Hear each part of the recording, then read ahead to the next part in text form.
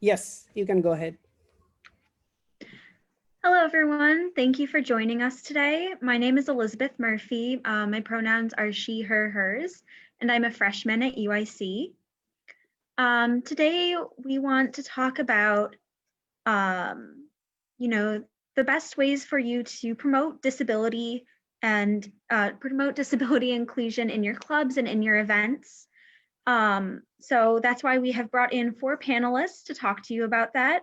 And then at the end, a couple members of the Connecting Dots International Club will be teaching you about pitches and what is important to include in your pitch. So this is one of the first events for our Drive for Disability Inclusion. So we want to help you the best that we can to be prepared for creating your videos for our contest. So for our social media audience, so on Facebook Live, if you have any questions throughout the stream, please put them in the comment section and we will be checking that to see if anybody has any questions they would like answered. And participants in the Zoom, if you have any questions, you can put them in the chat if you would like, and we will be addressing all questions at the end. So today our 4 panelists that we have with us are Joy Vergara, and she is the director of the Center for Student Involvement at UIC. We also have Margaret Fink, who is the director of the Disability Cultural Center at UIC. We have Sophia Hamilton, who is the director of the Disability Resource Center. And we also have Nell, who is joining us from the American Anthropological Association.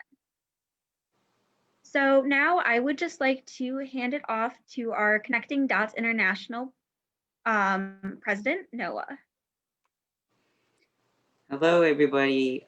This is Noah Ohashi, he, him pronoun, and I have dark brown short-cut hair and green eyeglasses and black blouse button up shirt, and I have a background that have panel discussion, disability friendly organization, do's and don'ts. Yes. And they have a logo of disability inclusion on my left side with the red background with the white words, and on the right side it have a yellow background and black words CDI. And but about that, they have Facebook Live. I'm really excited this disability inclusion D4DI event and also panel discussion.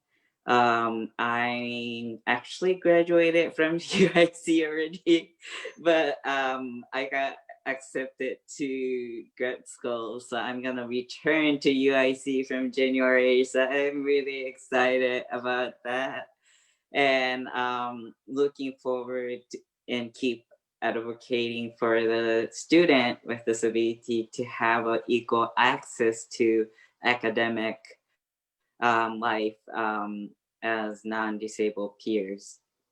The reason Connecting Dot International started was because I'm from Japan, and the experience being from other country, not knowing the policy, how to ask for the rights, because Japanese people are polite. We're like, it's our stand is to wait, not to demand. So it was kind of hardship on the first semester. I cried and like I was depressed, and it was really hard like to just navigate the UIC system. And when I talk to others, they're like, oh, that's your right, you should demand. And I'm like, can I demand? Like it was those kind of conversation going on. And so, and at the same time, I learned that other disabled folks who are coming from foreign country having a similar experience, difficulty navigating the university life. And as a disabled student itself, it's hard to navigate a regular accessible education system. But add to that, having an intersection of first generation with disability, foreign student with disability, and immigrants with disability, there's so many obstacles that have, and we want to not to get fit in there. It's more like we want to see more diverse people could get into it so that the accessibility goes more better, and so that diversity could happen. And so I think they don't have answers specifically. This is, you shouldn't do this. This is, you should do this. I think they don't have an answer. Individually, people are different. And so I wanted to point out before the panelist that, oh, if Sophia said this, I need to do this. And Nell said this, I shouldn't do this. It's more like you should ask that person what they want to do and what they don't want to be done. And, but at the same time, having a basic disability policy and like culture, knowing that those kind of things will start thinking what's the disability is and what is the life of disabled student in your classroom. It's virtually right now, but hoping that, and I know all of the three people and they're so amazing, so I'm excited, and hopefully we're going to have a great panel discussion. Thank you. I think I took too much time, so thank you very much. Thank you. Thank you, Noah. All right, so our first panelist that we are going to hear from is Sophia Hamilton. So Sophia has been the director of the UIC Disability Resource Center since December of 2018. And before joining us here at UIC, Sophia worked at Kennedy King College as the Disability Access Center Director and also as the advisor of the Accessibility Alliance. So thank you so much for joining us, Sophia. We were hoping that you could talk to us a little bit about the event's accessibility guide and also the disability policies that are in place for student organizations here at UIC. Absolutely. Thank you so much for having me, CDI. My name is Sophia. My pronouns are she, her, hers. I am in front of the same background that Noah was. Yeah, I wanted to take a moment and share some hopefully a helpful resource that the Disability Resource Center and the Disability Cultural Center put together in collaboration. And I'll put the link in the chat, but it's also linked on the DRC website and the DCC website. So it's go.uic.edu/accessible online events. And if you are a member or an executive board member of any student club, or if for whatever reason you find yourself planning online events and you want to make them accessible, this can be kind of a good resource to read through and take cues from. So taking a look through it, and I won't go in great detail, but maybe just hit the high points. What I think the major takeaways here are number one, you want to plan accessibility and the possibility of accommodations into your event from the beginning, right? So it will go a long way in terms of making people feel included and making people feel sort of seen and heard if you think through, okay, what are access measures that we want to put into place for our event before we even advertise it? How do we broadcast maybe through our advertising materials or marketing materials that we expect that some folks who are attending this event might need accommodations or might need certain considerations or modifications to the way that we're offering the event?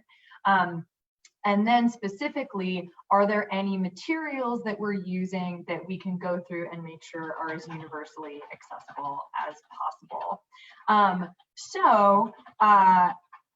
Maybe I should pause really quickly and define the difference between accessibility and accommodations, because I think we'll probably all talk about that a little bit, and maybe that, Elizabeth, speaks to your part of your question about sort of what's in place to support, or like policy wise, or maybe legally, to protect students with disabilities. So students with disabilities at UIC and at all colleges and universities in the country are federally protected by certain laws, Section 504 of the Rehabilitation Act and the ADA, and they are guaranteed through those legal protections equal access to their college experience.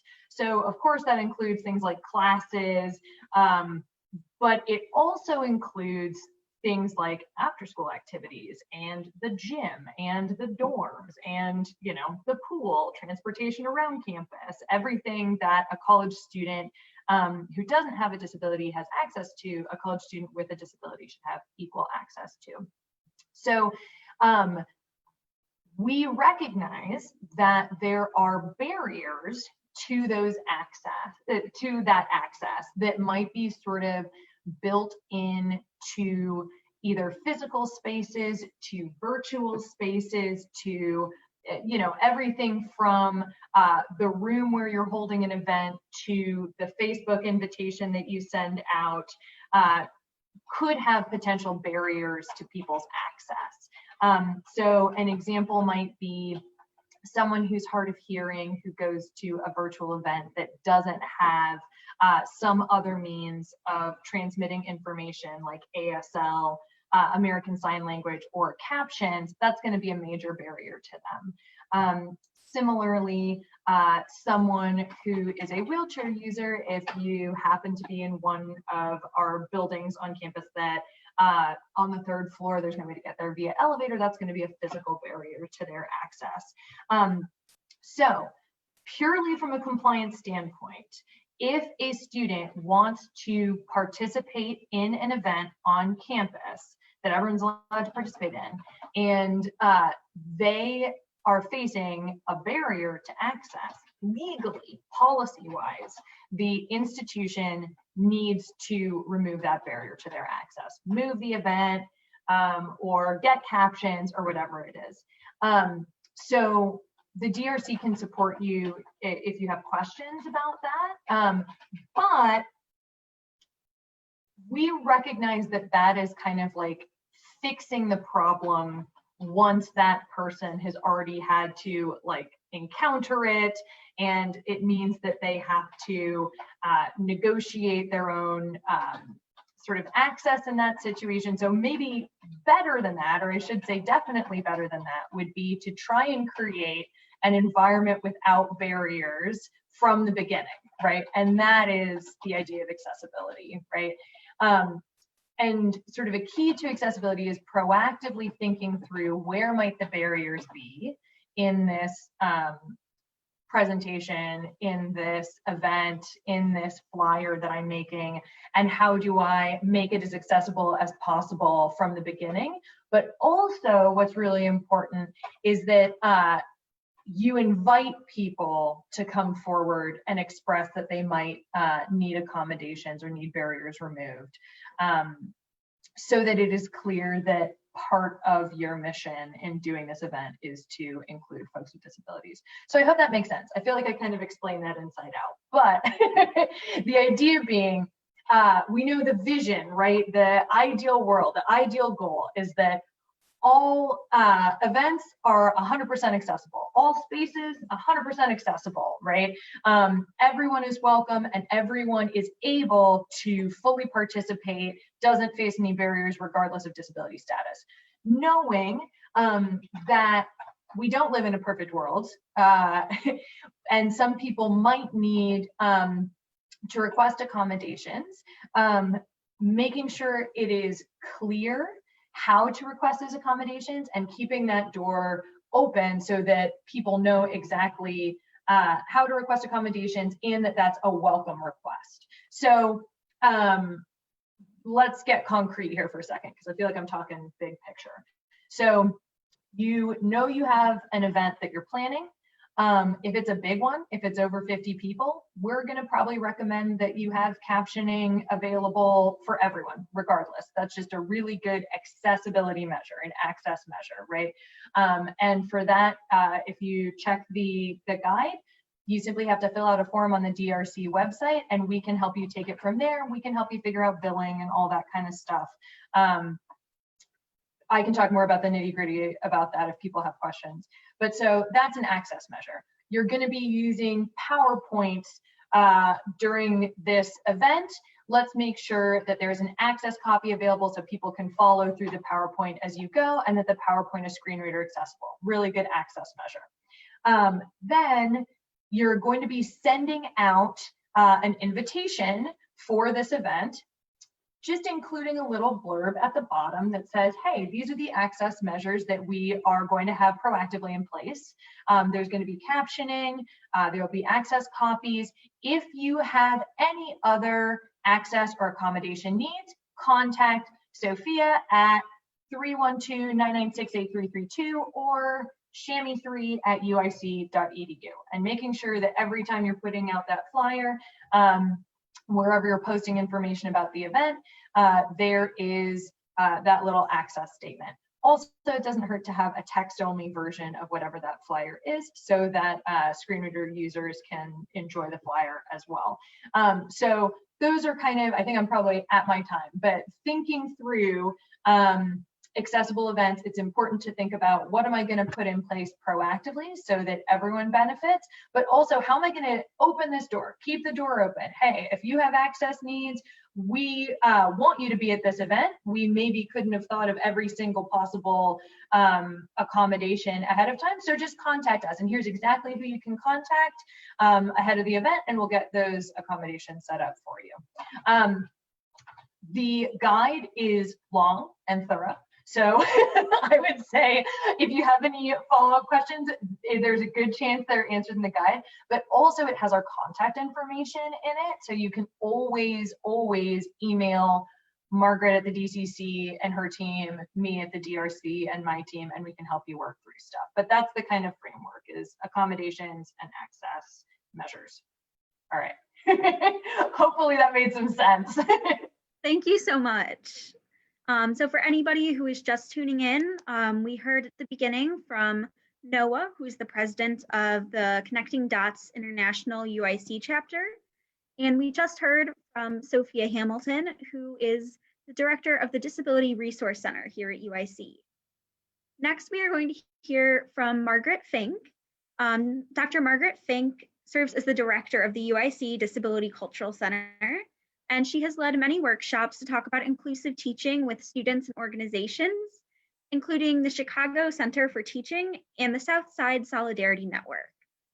So we just wanted to hear from you, Dr. Fink, about what kind of services and events and activities can these student organizations take or put in place to promote disability cultures and awareness?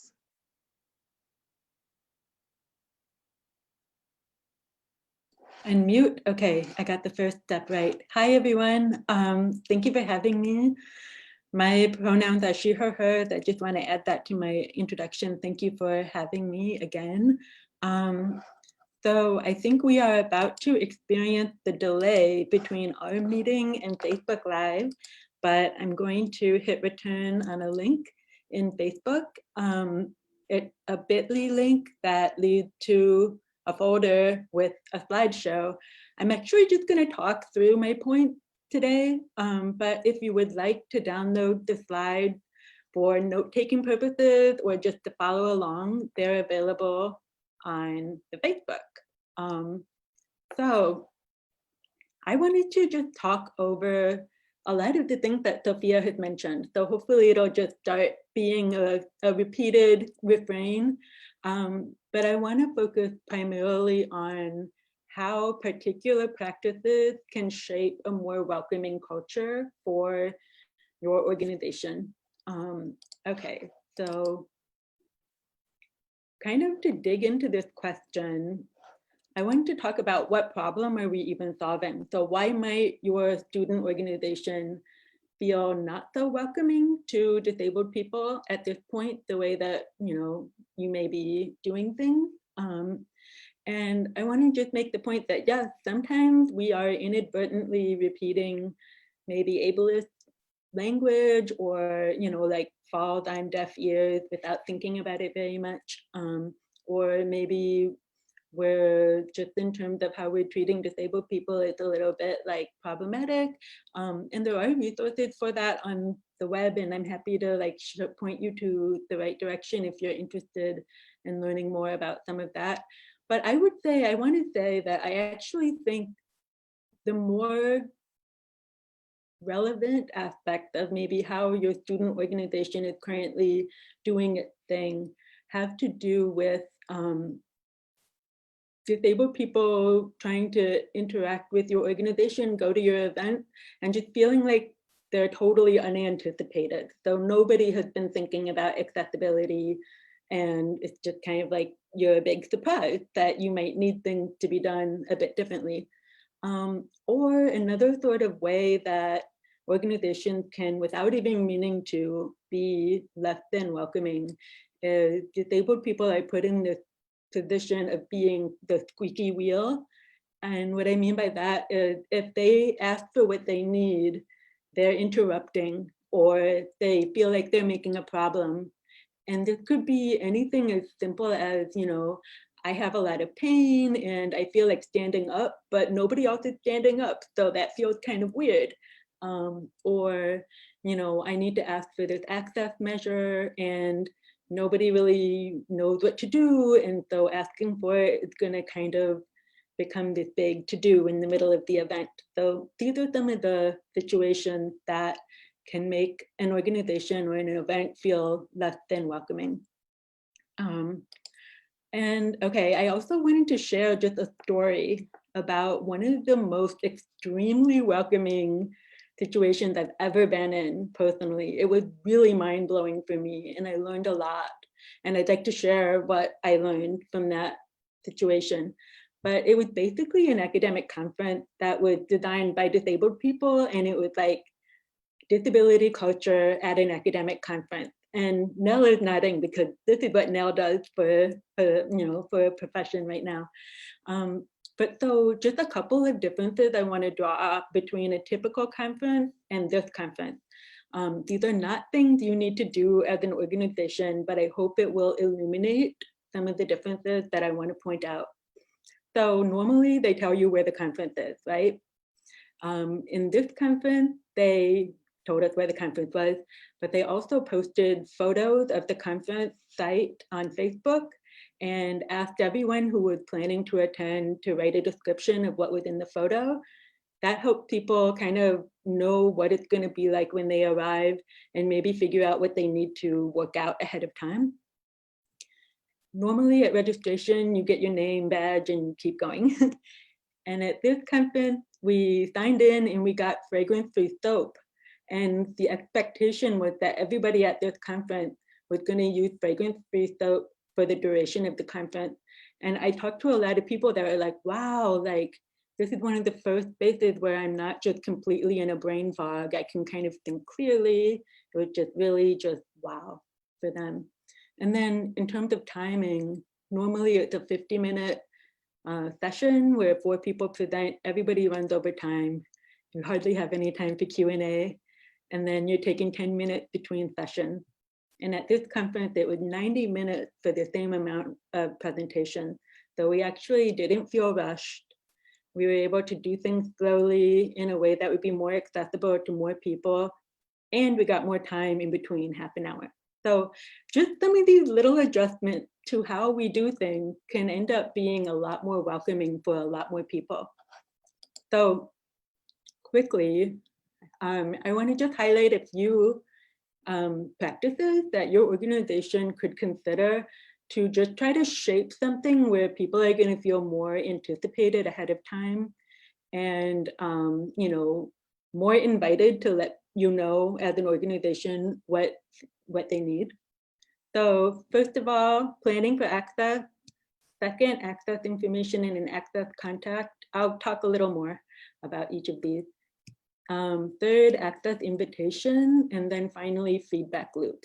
So planning for access is kind of this thing where, okay, if you always meet in a certain place as an organization, thinking through, okay, is there a bathroom that's accessible near this location? Should we reconsider where we meet? If you're virtual like we all are now, you might consider, okay, for my organization, is Google Meet the best place to meet? Is Zoom better? And maybe polling the people who plan to come about what is better for their access needs. It's things like making access copies available, like Sophia mentioned, having like a folder set up where you can always have a PowerPoint slide that you might be sharing so people can download it and look at it. And then this is more for in person, but just kind of knowing your space. So if somebody writes with a question, you kind of know, okay, this entrance is the entrance you would need to go in to get to the room in the building if you're using a wheelchair, that kind of thing. Okay, the other thing that I mentioned was an access information and access contact. Sophia mentioned this as well. So anytime you advertise an event or a meeting, people know what's already happening in terms of accessibility, and they know who to contact if they need to make an arrangement. It's extremely frustrating if you're somebody that uses access and you are trying to go to an event and you can't even figure out who to contact to make arrangements. So that's really, really important. Okay, and then an access invitation is another thing that you could consider as an organization.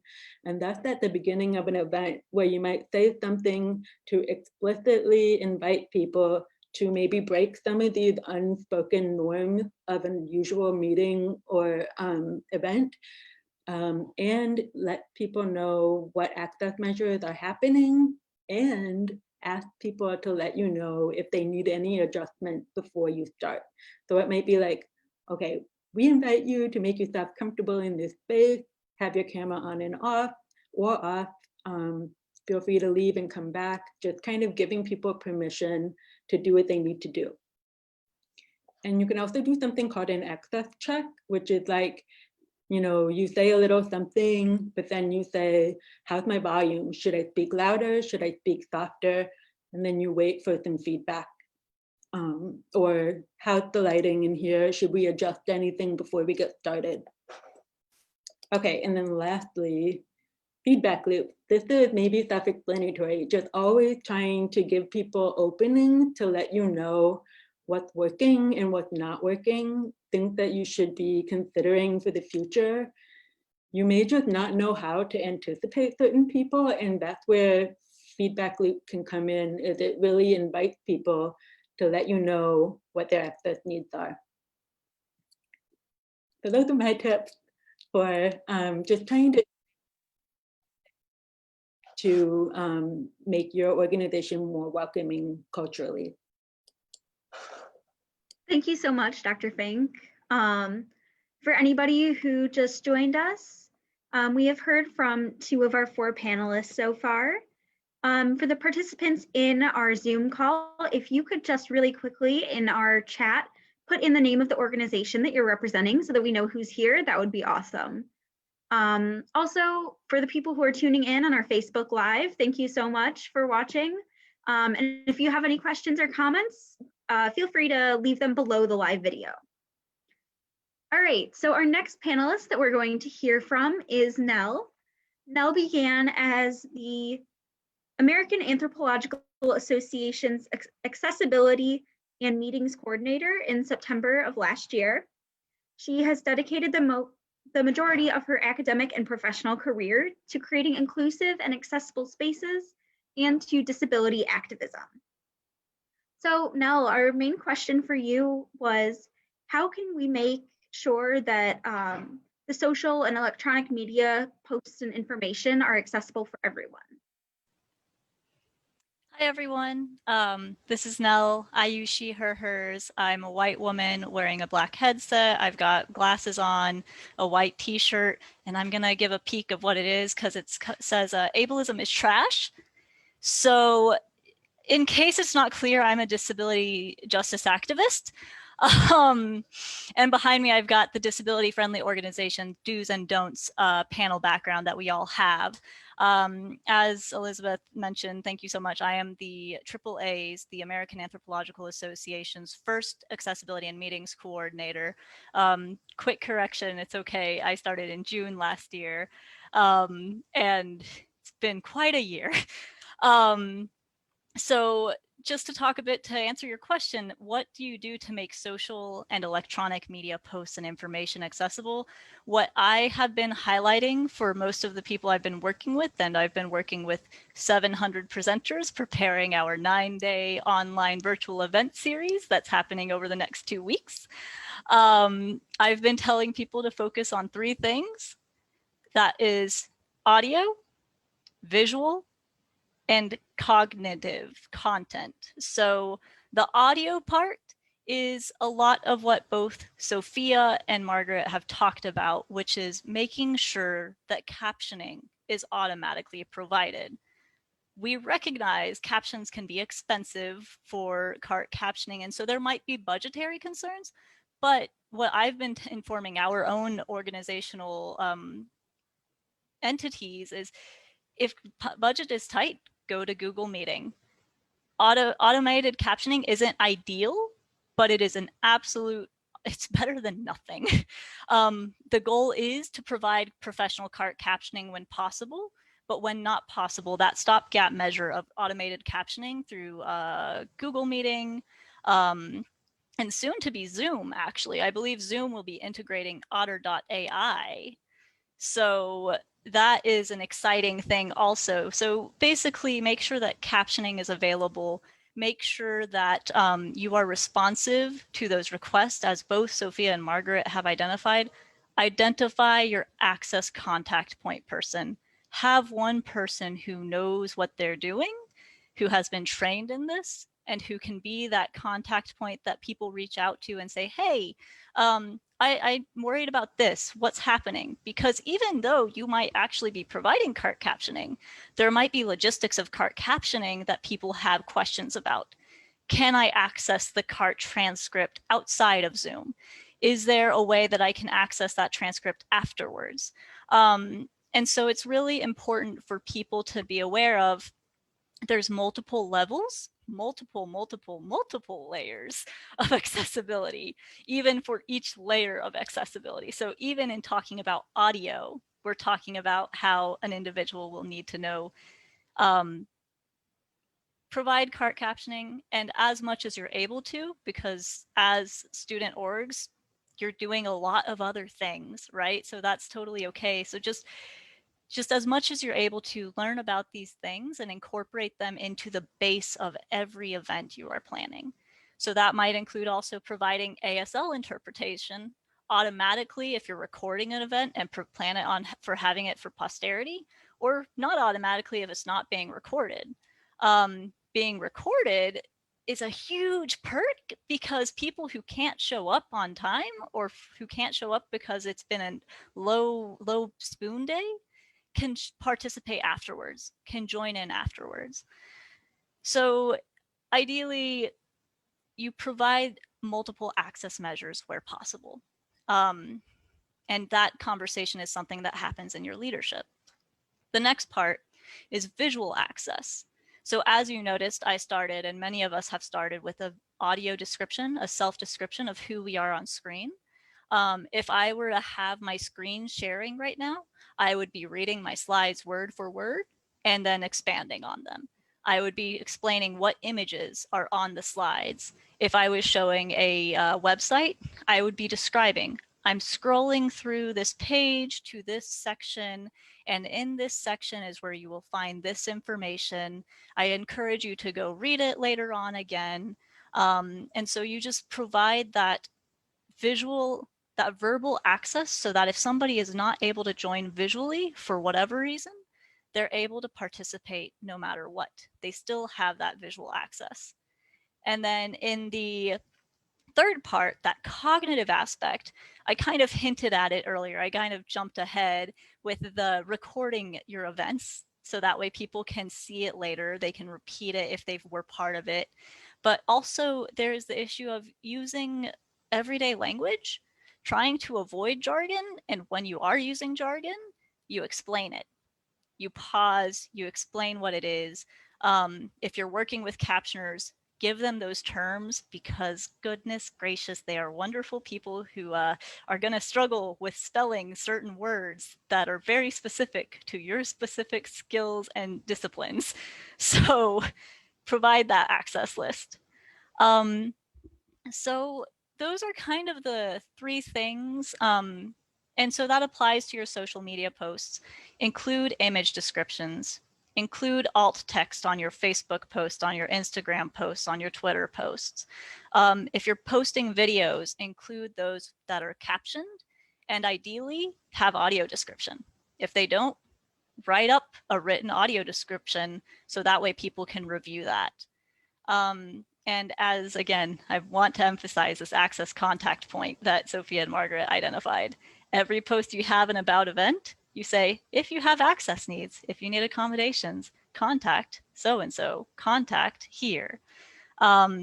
Because that transparency, that option for communication is going to minimize a lot of the frustrations that we as disabled people feel in a lot of our experiences, because at least there's a person that you can talk to. I even had somebody at work today who called me, who was like, I'm so glad I'm talking to a human, right? Like, to get this kind of support for their access needs.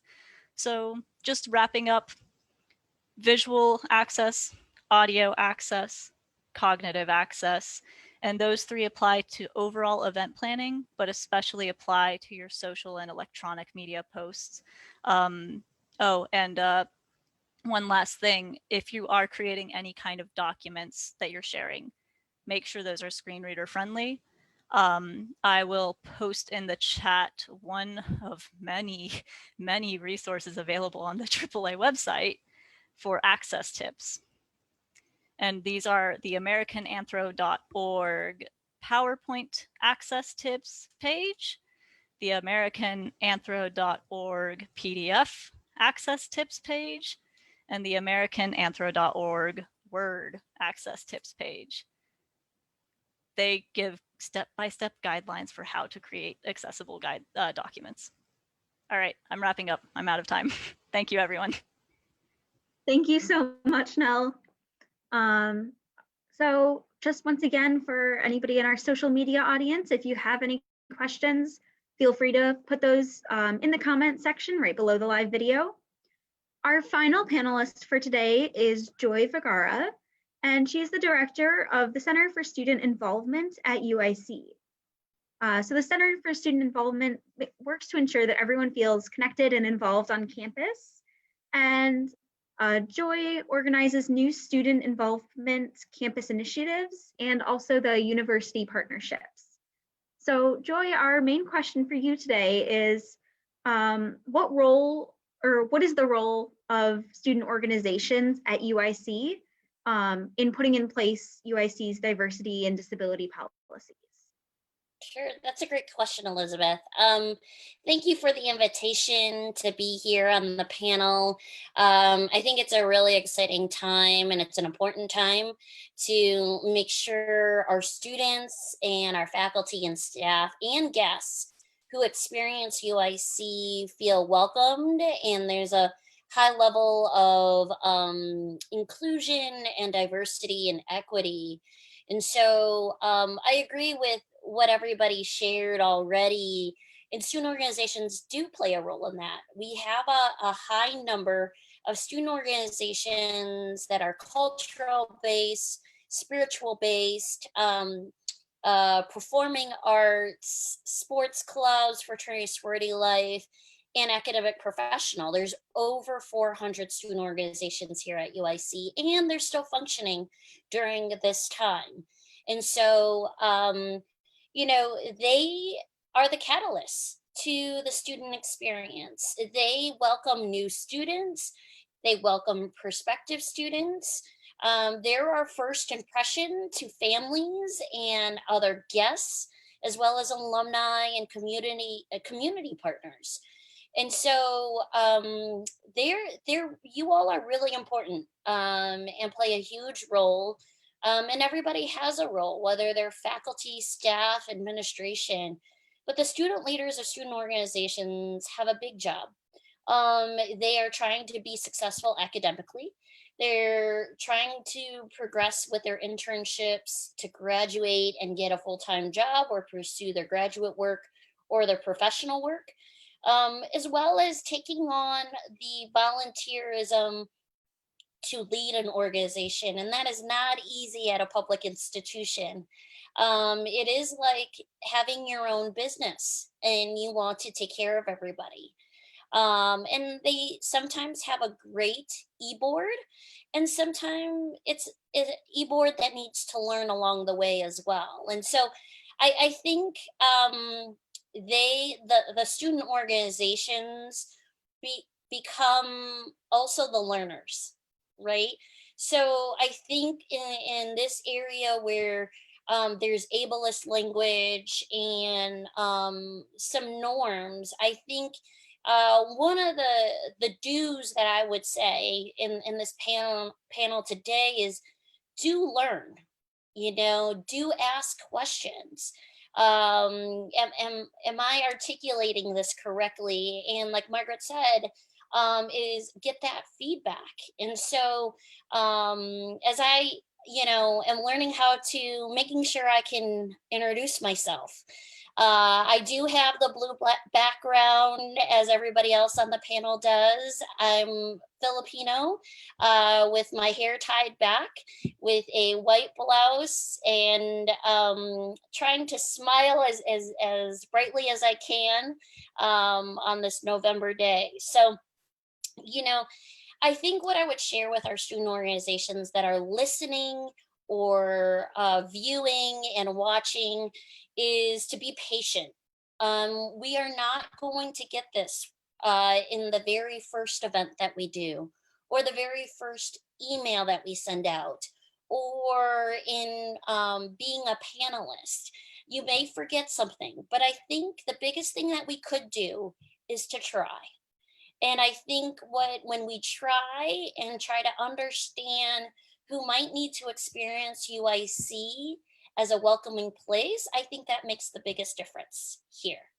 And so I would say, as you try, look at this accessibility guide to say, okay, for this month, we will try better on social media. As Nell was talking about electronic and social media and what you could do with alt text. What do those emails look like? So trying to make sure that individuals can feel like that you as a leader can understand where they're coming from. It could be the small things in your publicity, right? And how do you describe things? This morning, we sent out a departmental email to 30,000 students this morning. And what was great is that we made sure that alt text was completed for each image. And we gave some sort of description. It may not be perfect, but sometimes those images don't come on your phone, and they don't come on the screen readers. They don't come onto your computers. And some other accessibility technology. So what's the best way to efficiently describe what you're putting in that email?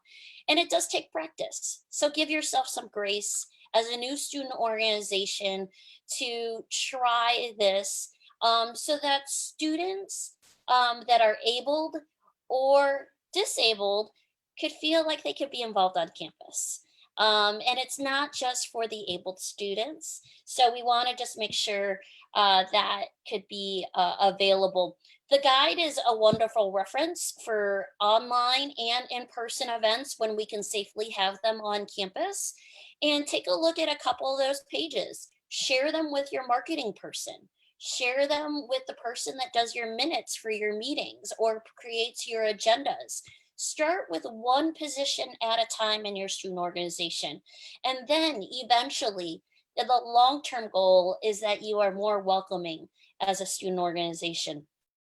Don't be afraid. Don't be afraid to learn, and don't be afraid to give everybody an experience that maybe was different than yours, right? I want to end with this in the last minute here. We are doing a couple things here at UIC that we're really proud of.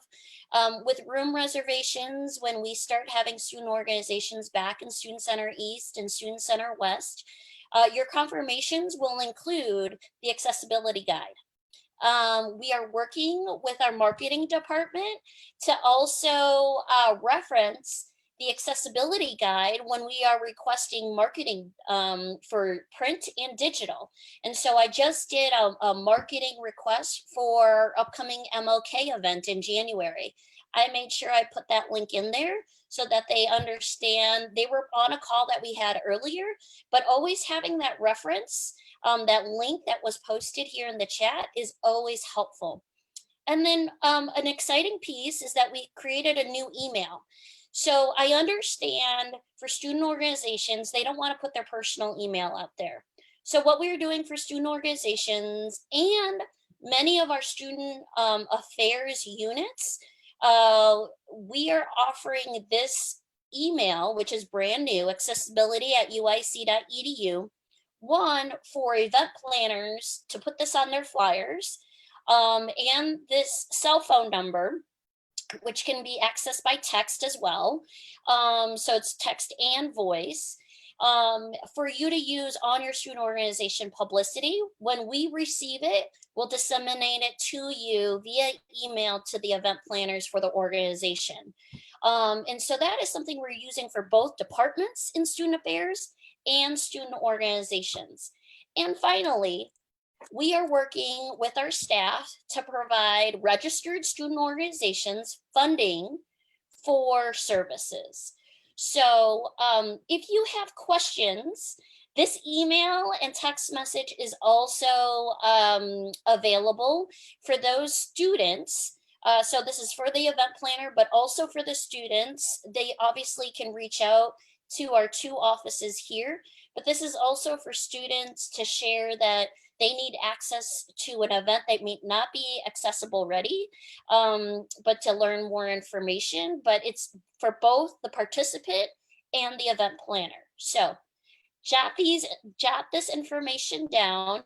In the next 2 weeks, you will hear more information about funding available for accessibility for registered student organizations at UIC. Sorry for taking up a little bit more time, Elizabeth, but I wanted to make sure that was out there. No, thank you so much. Thank you for everything that you shared with us today. So now, before we finish up, we are going to hear from a couple of the other members of the Connecting Dots International UIC team. So first, we are going to hear from Batul Aratsu, who is the advocacy officer for the UIC chapter, and he is going to talk about our Drive for Disability Inclusion events.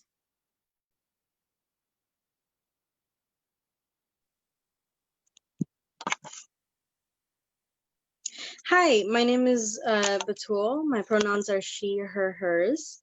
I'm sorry, give me 1 second. I have brown skin, more like caramel. I'm Indian. I have black hair with half of it dyed on the bottom, more of like a reddish color, and a white button-up shirt with small black triangles. I will be talking to you about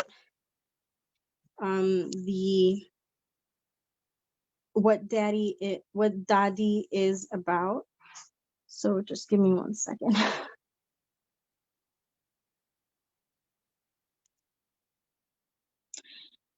So the Drive for Disability Inclusion is a campus-wide contest aiming to teach UIC students, clubs, and organizations how to manage disability-friendly platforms.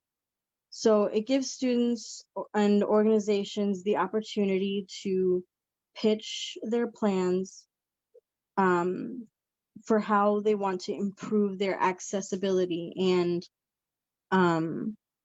be more inclusive. Students, for students with disabilities.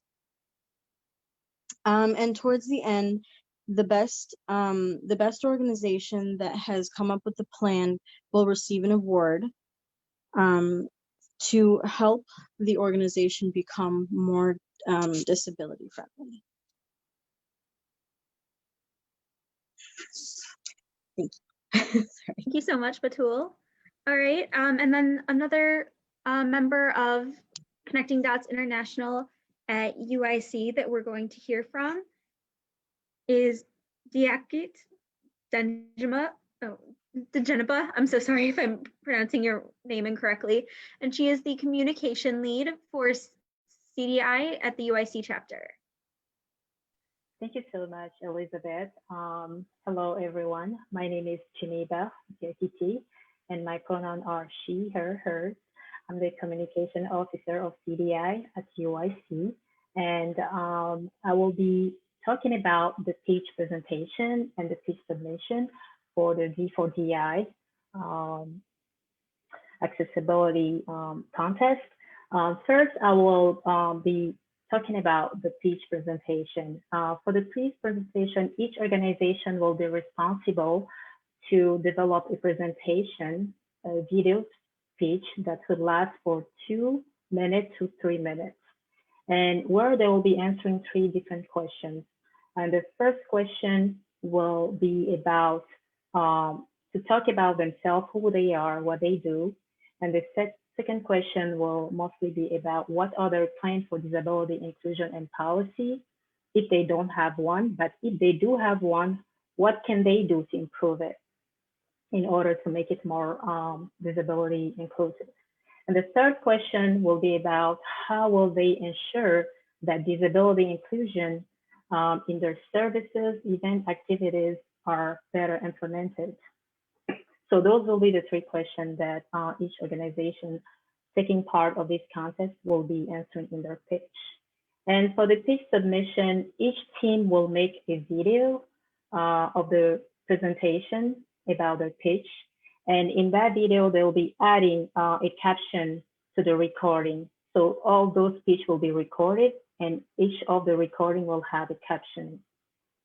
And then after they have finalized with their video with captioning, they will submit the final video to the campaign officer, which is Mira. She's not here today. And we have her contact that I will share in the chat where they can submit all those different pictures. And the deadline to submit by is November 10th. So that will be it. And I am so sorry, I forgot to describe myself before I go through those speech presentation. I'm a Black female with a hair scarf, and also I have a headphone right now. It's red, and I'm wearing also a red T-shirt with a UIC logo. So thank you, everyone. Thank you so much. We have just a couple minutes for questions really quickly. I saw one in the Facebook Live chat that I want to bring up. But if anybody else, either on the Facebook Live or in our Zoom, has any questions, please feel free to put them in the respective chats. So for our panelists, somebody in watching the Facebook Live said that she sends out weekly newsletters for her office and wanted to effectively incorporate accessible marketing. So she said that any advice for that would be greatly appreciated.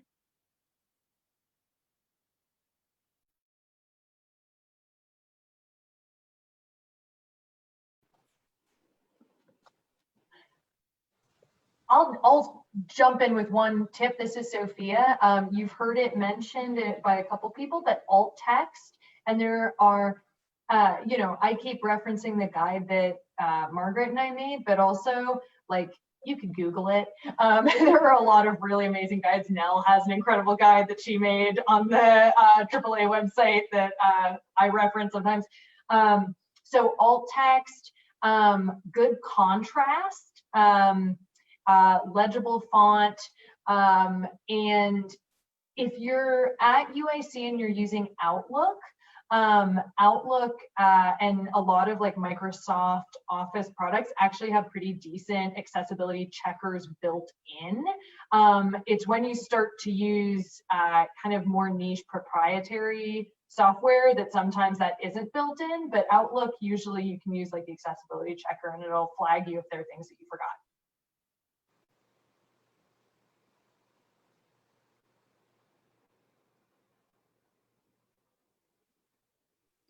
Somebody just asked in the Zoom chat, what video call platform would the panelists say is more disability friendly? This is Nell. That is an excellent question and an ongoing conversation among the disability community. That being said, Zoom tends to win out. Zoom has honestly put forth a lot of work to make it as accessible as possible from a screen reader friendly perspective, from a call-in via phone perspective, from a closed captioning perspective. Although it's not automatically incorporated, it's still ways to incorporate it if you know what to look for. Zoom has also recently added the ability to spotlight multiple speakers, which means that if during this recording we wanted to just focus on 2 speakers at one time, we could spotlight 2 of them, and you with your organizations can do that also. So Zoom's constantly developing these things. The reason that spotlight's important is to make sure the interpreter doesn't get lost in the mess. So it really is Zoom for a lot of reasons. That being said, Google Meeting I referenced earlier is the current competitor that provides automated captioning that's surprisingly accurate. Like, it's fun to follow as it edits itself, and it follows multiple voices too. So from that perspective, it's nice. Those are the 2 I would recommend. But that being said, it's an ongoing conversation among the entire community.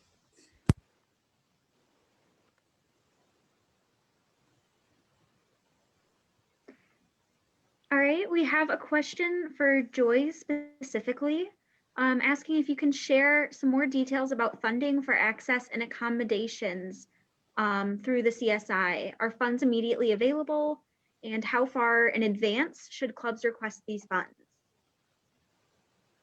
That's a great question. It's a new initiative. And so the email is fairly new. So if you have something coming up, I would suggest go ahead and reach out to me until our accessibility email. It should be up later on this week. Right now, we're working with Sophia and Margaret on requests that have been coming in. But as part of our commitment and initiative, we want to make sure all of our student organizations know that this is a benefit. So we do plan to email students this information in 2 weeks on requesting the form, requesting it through a form, and that would require you all having your details of what you need and the date and time of your event. So I would say as soon as you have those details of your event, and then you identify that you need this for, you want this for your event, I would say reach out to our office. Right now, you may be used to our formal structure of requesting funds. Due to the pandemic, we've actually been more flexible in making sure we can support students where we can at this point. So let me give you my personal email. And if you have something up until that announcement's made in 2 weeks, please feel free to reach out to me and we can help you with that. But the formal announcement will be in about 2 weeks to all student organizations. Thank you so much. I believe that is all of the questions that I have seen in the chat. Oh, wait, one more. Our organization is thinking about getting t-shirts for our members who are interested. Is there anything we should keep in mind about the text, material, etc., or tips to help accommodate everyone in general?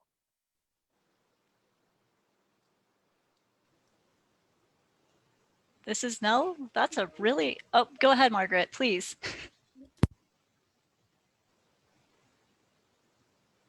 Thank you. Sorry, this is Margaret. The captions were a little delayed, so I was like, oh. So I would say, if it's a T-shirt, I think it would be good to keep in mind people who are maybe not getting visual information, like describing the T-shirt that they may or may not be deciding to purchase. I think that's the first thing that kind of popping into my mind is just doing a pretty decent image description of the design of the T-shirt and some of the options for choices. I've heard that some people do better with T-shirts that don't have tags if they are more sensitive to like friction and that kind of thing. But this might be a good opportunity for kind of like that feedback loop that I mentioned, where just like letting people know the details that you have about the shirt and then checking in if there's anything that you should be thinking about.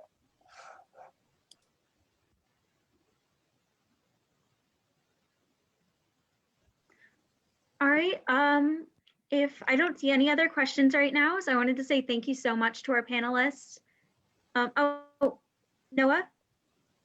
Okay, I forgot, but I just wanted to add, everyone already gave a great resources, but our sponsor is Great Lake ADA Center, so hopefully this event is sponsored by Great Lake ADA Center, and they have a great resources as well, so hopefully you could visit, and it's in UIC, so you can also contact with faculty member to get those information as well, and hopefully we say a prize for the contest, but I hope the prize is more like to be better, to use for the accessibility needs to be improved. So this being said, thank you very much for today. And just to finish up, I would like to hand it off to the founder and coordinator of Connecting Dots International, Lazana Rahman. Thank you, Elizabeth. Quickly, because we almost running over the time. So this is Mizan. I'm a brown person and an Asian, look like. I'm from Bangladesh. I have black hair. Joy, I'm also learning how to introduce myself. And I think black eyes, and I'm wearing a shirt. Nell, you can correct me if I'm wrong. I'm still learning again. So I'm wearing a shirt, which is white and blue strip. So yeah, that's about me. And my pronouns is he, his, him. So again, thank you again, all the panelists. It's a great pleasure for us as a new organization at UIC. We have some wonderful and expertise to talk about these very important topics. Especially, I just want to share one point why we started this organization at UIC. So my wife and I both are PhD students at UIC. And we're really proud that UIC is one of the best diversified universities, I mean, nationally, right? So that is a great, like all people from diverse cultures, countries, nations stay together, and there's a great place. But when my wife, she's a visually impaired person, so when both of we join different events organized by different student organizations, we found that most of the student organizations are doing great job, but the problem is at the same time they forget about ensuring accessibility and accommodation for the disabled participants. So it was a great big shock for us. And then we said, okay, we need to do something so that they don't forget, because they're the future leader of the nation. So they should not forget about what is the greater goal of UIC about diversity and disability inclusion. So from that feelings, my wife and I, and with other member like Shamma, so all the international students with disabilities sit together. Then later Noah joined with us and other member joined with us, and we started working to a little bit contribute of the goal of UIC diversity goal of UIC. So this is one of the first event for the, I think, campus-wide. So I'm really grateful for our sponsor for today's program, especially Noah mentioned the Great Lake Area Center and Disability Resource Center and Disability Culture Center. You know, the great mentor we have to come up in this stage. And without their mentorship and support, we cannot think about CDI. So thank you very much for mentoring us and guiding us to go ahead. And yeah, and finally, Joy, you are the guardian of all the student organizations. You are helping us, shaping our leadership skills beside our academic part. So we always love to hear from you. And today you remind us that what is the role of the student organizations about the diversity. So again, thank you for joining us and all the contestants who are joining in the D4DI contest, the Drive for Disability contest. We are excited. Let's see which organizations can follow the guidance we got from the panelists, and we can contribute to accomplish UIC's diversity goal by implementing disability inclusion policies and culture inside our organizations. So thank you again for joining with us, and have a wonderful day.